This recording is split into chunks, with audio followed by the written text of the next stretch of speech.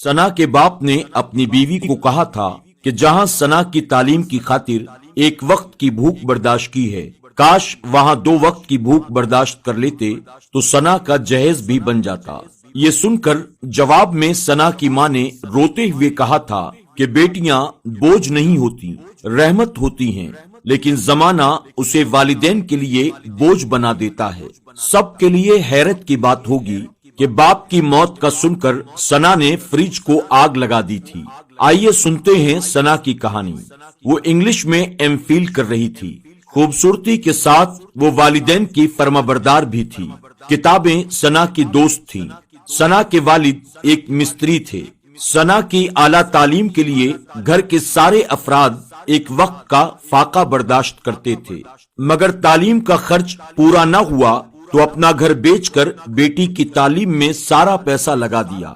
सना की निस्बत उसके वालिदैन उसकी इजाजत से पहले ही तय कर चुके थे।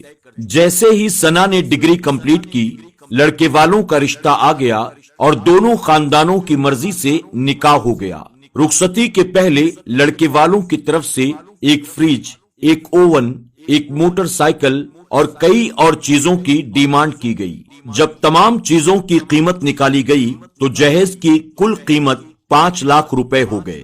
उस वक्त सना के वालिद ने कहा, काश हम 2 वक्त की भूख बर्दाश्त कर लेते तो सना के जहेज का भी इंतजाम हो जाता। सना के वालिदैन ने लड़के वालों से मिन्नतें की, हाथ जोड़कर घर का सारा मामला बयान कर दिया, लेकिन लड़के वाले न माने तो सना के वालिद ने रुखसती की तारीख बढ़ा दी ताकि जहेज के इंतजाम के लिए कुछ वक्त मिल जाए।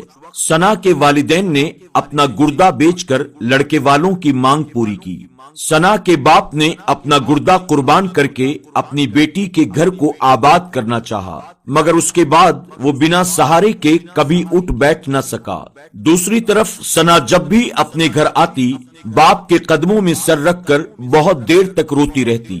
कुछ वक्त के बाद सना को खबर मिली कि उसके वालिद अब दुनिया में नहीं रहे। सना जैसे पहले ही फैसला कर चुकी थी। उसने जहर खाया, फ्रिज पर और खुद पर पेट्रोल छिड़का और अपने आप को आग लगा दी।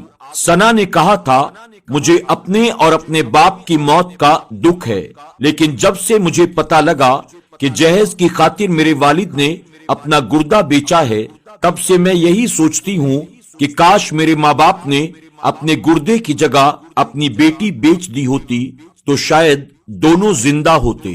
उसी के साथ सना की जबान पर कलमे तैयबा जारी हो गया और वो फिर अपने वालिद के पास चली गई।